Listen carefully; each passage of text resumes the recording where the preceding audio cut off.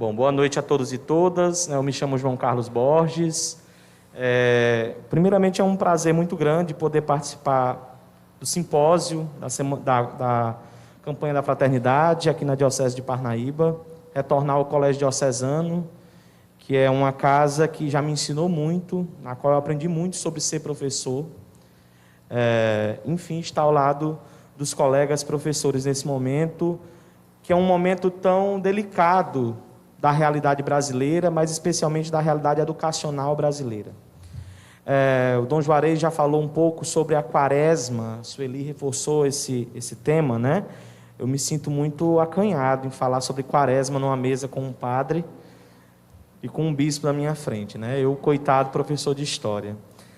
Mas a quaresma é um tempo de conversão, né? É um tempo de reflexão, é um tempo para pensar sobre os nossos atos, sobre a possibilidade de construir uma vida pautada no Evangelho, numa vida que considera o outro, a importância de dar lugar ao outro no nosso convívio, na nossa existência, né? E a campanha da fraternidade, desde 1964, é um movimento aqui no Brasil que vem unindo forças nesse sentido, que vem trabalhando, especialmente no contexto da quaresma. É óbvio que as temáticas trabalhadas na campanha da fraternidade, elas não se resumem à quaresma, mas é sobretudo na quaresma que nós fazemos esse trabalho mais intenso de reflexão. Então, ano a ano, a campanha da fraternidade, ela pensa temas da realidade brasileira, para que nós possamos viver esse tempo quaresmal, refletindo sobre como nós podemos atuar sobre os problemas da nossa realidade à luz do Evangelho. É um trabalho muito significativo na medida em que traz para o réis do chão, né, o Evangelho, lança a luz do Evangelho sobre os nossos problemas, né? Então o Evangelho não como uma letra que está apenas para ser lida, mas como um instrumento de transformação da vida das pessoas. E esse ano especialmente o tema é educação. O desafio que a campanha da fraternidade traz é de refletir sobre como nós podemos fazer da educação um instrumento de transformação da realidade brasileira, né? Mais do que isso, né? A campanha da fraternidade, ela aponta para o fato de que refletir sobre a educação nesse momento é uma das maneiras possíveis de viver essa penitência quaresmal, né? Então, a campanha da fraternidade, ela esse ano atua sobre essa perspectiva. Como é que nós podemos, à luz do Evangelho, construir no Brasil uma educação para todos e todas? Como é que nós podemos, à luz do Evangelho, construir uma educação mais inclusiva, né? E o documento da campanha da fraternidade, ele começa com uma passagem muito conhecida do Evangelho, né, de João, capítulo 8, versículos 1 a 11, no momento em que Jesus, no templo, é apresentado a uma mulher adúltera, e é convidado ali por escribas e fariseus a fazer um julgamento dessa mulher, né? E Jesus, ao riscar o chão com os dedos, profere a famosa frase, né? Aquele que não tem nenhum pecado, que atire a primeira pedra. Então, os elaboradores do documento base pensam nesse exemplo da trajetória de Jesus para apontar para a gente duas formas de pensar a educação. A primeira é aquela da lei, aquela que se restringe ao que está escrito. É aquela que pensa a disciplina como algo seco, que está simplesmente para punir e não para corrigir. Aquela que vê o que erra como um condenado. Aquela que vê o que erra como que tem que ser descartado, abolido. E a segunda, que é apresentada por Jesus, é aquela perspectiva de educação que olha para o outro com sabedoria e amor. A perspectiva de educação que olha para o outro com um olhar de misericórdia, que entende no outro o seu semelhante, que entende no outro um espaço potencial para o plantar, digamos assim, da palavra de Deus, da salvação.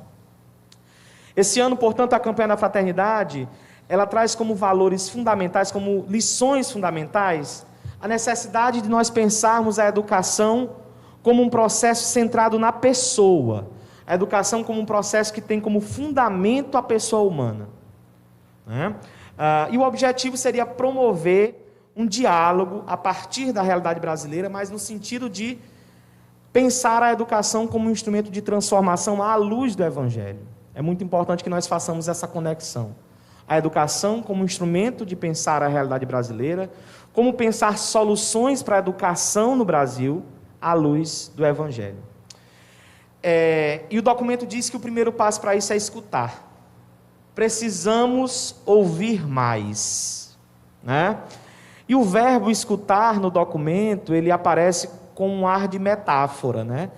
Não é somente escutar com os ouvidos, é escutar também com o coração.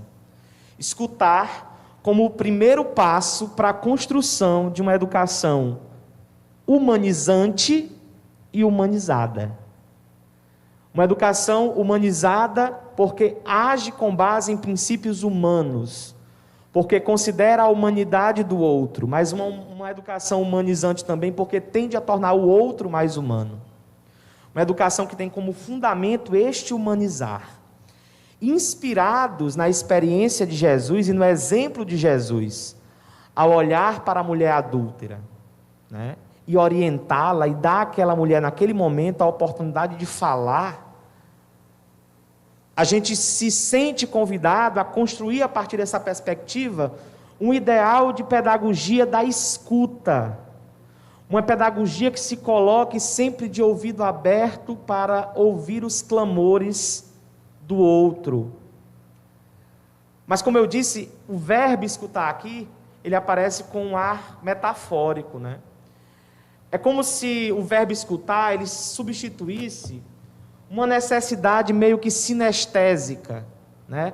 De deixar todos os nossos sentidos aguçados para perceber o clamor daqueles que lutam, o clamor daqueles que sofrem, o clamor daqueles que vivem numa sociedade tão marcadamente desigual como a nossa. Nesse sentido, o documento base ele aponta que a escuta é o primeiro passo para que nós substituamos uma pedagogia de silenciamentos por uma pedagogia de escuta. Uma pedagogia que se propõe a julgar menos, a atirar menos pedras e a ouvir mais o acusado. Talvez a entender o acusado. Talvez a nos colocarmos no lugar do acusado. Esse convite para a construção de uma pedagogia humanizante, humanizada, a partir da escuta, é algo que coloca para a gente a necessidade urgente de captar as demandas que o mundo nos apresenta. Ou seja, estamos falando de educação num país que vem passando por um processo abrupto de aprofundamento das desigualdades sociais há algum tempo, isso não é de 1 ano nem de 2 anos para cá, mas que viu esse processo de aprofundamento das desigualdades se potencializar com a pandemia da Covid-19.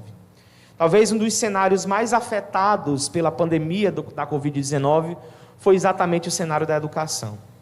Eu sou professor da rede básica, da educação básica de Luiz Correia, e também tenho a oportunidade, há alguns anos, de atuar na rede privada de educação básica, já atuei há algum tempo na rede superior, mas especialmente na pandemia, eu tive o privilégio de poder experienciar essas duas realidades e de vivenciar em loco o que é a desigualdade social brasileira. O que é você estar numa escola, ao mesmo tempo, em uma escola, onde os alunos têm acesso a um óculos de realidade virtual, onde eles podem fazer uma visita ao Museu de Cultura Semítica de Harvard, por exemplo, e estar numa escola que não tem água encanada, né? Então, a pandemia, ela apenas aprofundou essas desigualdades, né? E para repetir um jargão, de certa forma, já muito discutido, nos últimos meses, especialmente, a pandemia, ela potencializou aquilo que há de melhor e aquilo que há de pior em nós. A pandemia foi uma oportunidade para você ver, por exemplo, movimentos de solidariedade, de fraternidade, muito sólidos, se articulando em prol da ajuda aos mais necessitados. Isso foi muito evidente, né? Os artistas, os movimentos de comunicação social, a própria igreja, os movimentos sociais, a sociedade civil se organizando, né, para pensar em como ajudar as pessoas mais necessitadas. A pandemia ela também aguçou a nossa criatividade. A pandemia, especialmente a nossa, né, nós educadores, pessoas que estão no chão da escola, nós somos convidados a nos ressignificar, a ressignificar a prática educativa, a ressignificar a nossa presença na sala de aula, a ressignificar o nosso contato com os alunos.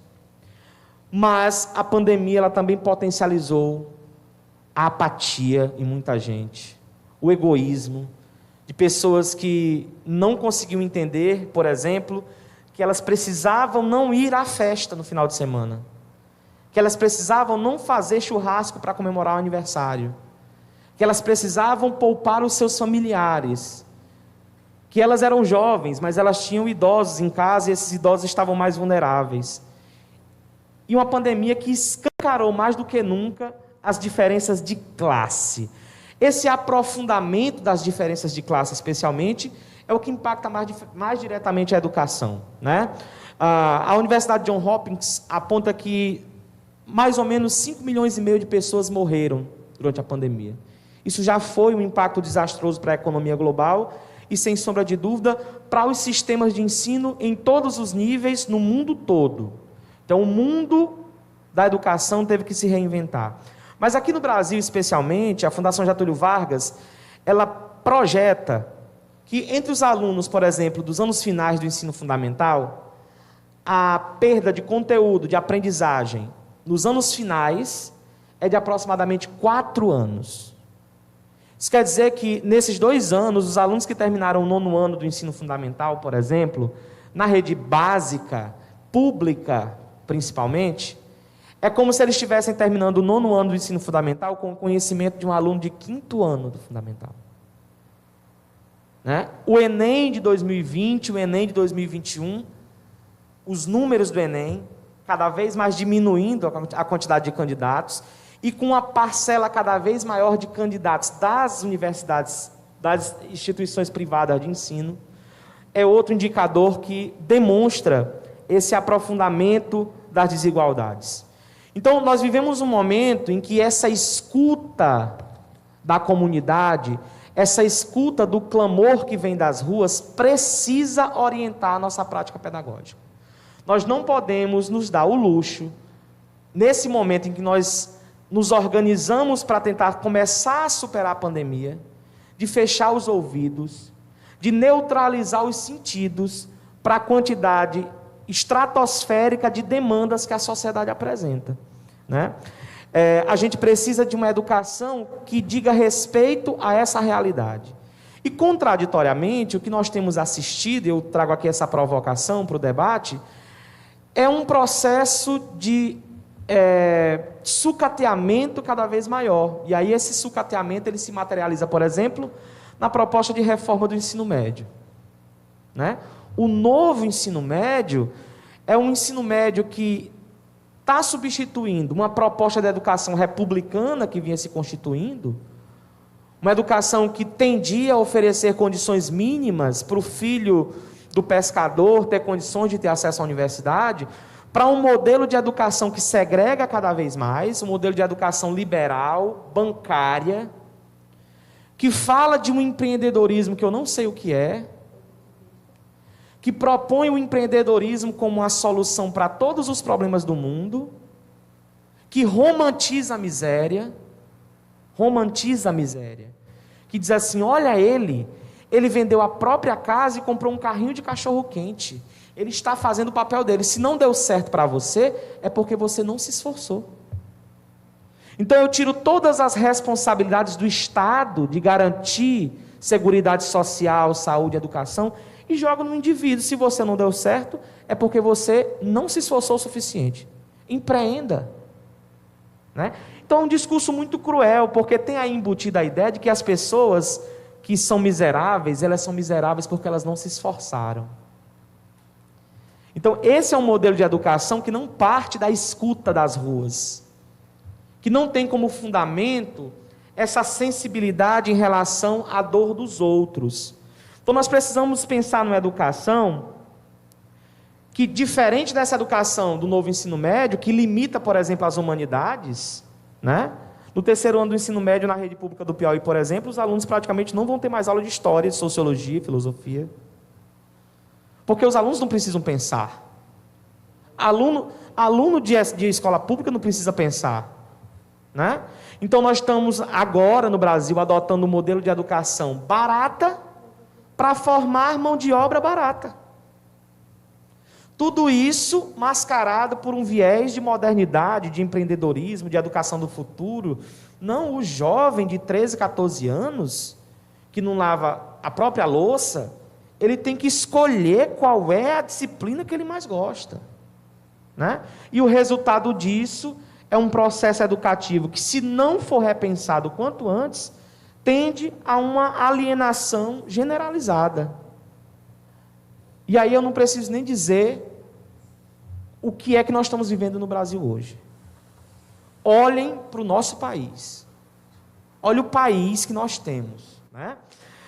Então, portanto, para concluir aqui as minhas palavras, é fundamental que a gente pense na escuta, nessa sensibilidade em relação ao outro, às demandas sociais, como um instrumento de construção de uma educação inclusiva. E quando eu falo em educação inclusiva, eu não falo só em educação para as pessoas portadoras as pessoas com deficiência, perdão, que é o termo correto, né? As pessoas confundem muito, né? Educação inclusiva com educação especial, por exemplo. Educação inclusiva no sentido de pensar uma educação que de fato acolha, uma educação que não constranja, uma educação que faça com que aquele menino que é da periferia, ele sinta que a escola é um lugar para ele, e isso não vai acontecer enquanto nós adotarmos esse modelo de educação bancária, liberal, elitista, que tem um compromisso único e exclusivo com o mercado, né? E que nós precisaríamos de algumas noites aqui para debater as contradições entre a aplicação de um modelo de educação bancária, como o modelo que o Brasil adota hoje, e o Evangelho. Quer dizer, é uma educação que nega, em todos os aspectos, a proposta de Jesus. É uma educação que negligencia o Evangelho, porque é uma educação comprometida com a solidificação de estruturas de desigualdade, de estruturas de opressão, de estruturas que multiplicam as formas de sofrimento da nossa população, né? O Papa Francisco, ele vai trazer como proposta, nos seus escritos, a construção de uma educação, a construção de instituições educativas pautadas na solidariedade, na paz, na verdade e no direito às diferenças. Isso é muito importante. Nós precisamos tratar os espaços educativos como espaços de acolhimento, como espaços de escuta, e não como espaços que repelem os nossos alunos, né? O documento ele tem um escopo muito vasto. O documento da campanha da fraternidade, especialmente nesse tópico, no tópico escuta, né? Ele traz uma proposta de debate sobre o ensino religioso, sobre a educação nas instituições confessionais, de educação básica, de ensino superior, mas pela limitação do tempo, nós somos aqui convidados a fazer um recorte, e eu entendo que esse é o mote do debate, né? Como é que nós vamos construir, nas condições que nós temos hoje, à luz do Evangelho, uma proposta de educação para o nosso país, que seja comprometida com as dores do povo, e não com os interesses do mercado, e não com os interesses do grande capital, e não com os interesses dos poderosos. Quando é que nós vamos fazer uma educação aos moldes da educação, do modelo pedagógico que Jesus apresenta quando fala com a adúltera? E não um modelo de educação comprometido com os fariseus e com os escribas. Muito obrigado.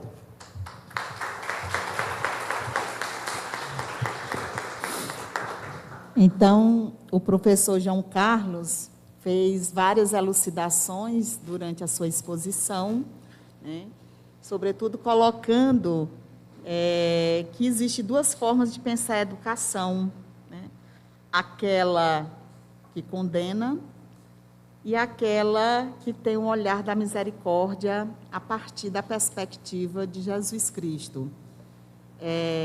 Também ele trouxe, né, para o centro as questões sobre uma educação humanizante, humanizada, né, que vê o outro, e tornar que o outro seja humanizante também.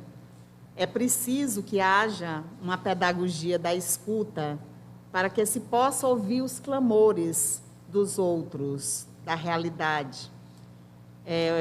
Também fez algumas considerações acerca do verbo escutar, que tem assim, um sentido sinestésico mais amplo.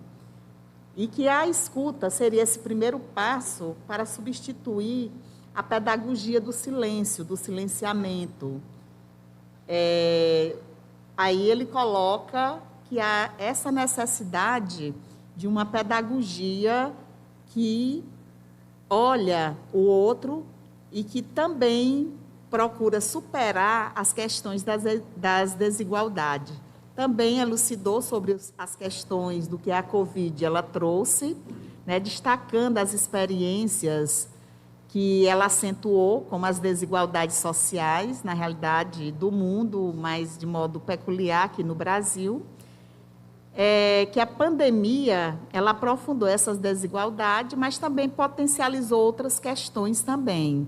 Então, as questões, né, daquilo que traz desigualdades, mas aquilo que também gerou, como a questão da potencialização da criatividade, refletindo sobre as realidades que muitos professores tiveram que se reinventar. Mas também coloca que ela deixou, certo? Potencializou a apatia e a indiferença por parte de muitos, né? Enfocando também a questão da problemática dos alunos do ensino médio, aliás, do ensino fundamental dos anos finais, em relação a um retardo, ou seja, uma perspectiva de recuperação em relação a 4 anos. Também houve várias provocações dentro do processo de ver a educação dentro de um contexto de sucateamento, sobretudo fazendo referências, né, ao novo modelo do ensino médio, o novo formato, né, que, na realidade, o Estado ele se desresponsabiliza, tornando o indivíduo responsável, né, por si próprio. E, por fim, ele colocou as questões, né, de uma educação que ainda persiste, né, uma educação bancária, elitista, e que é preciso romper com essas estruturas de desigualdades.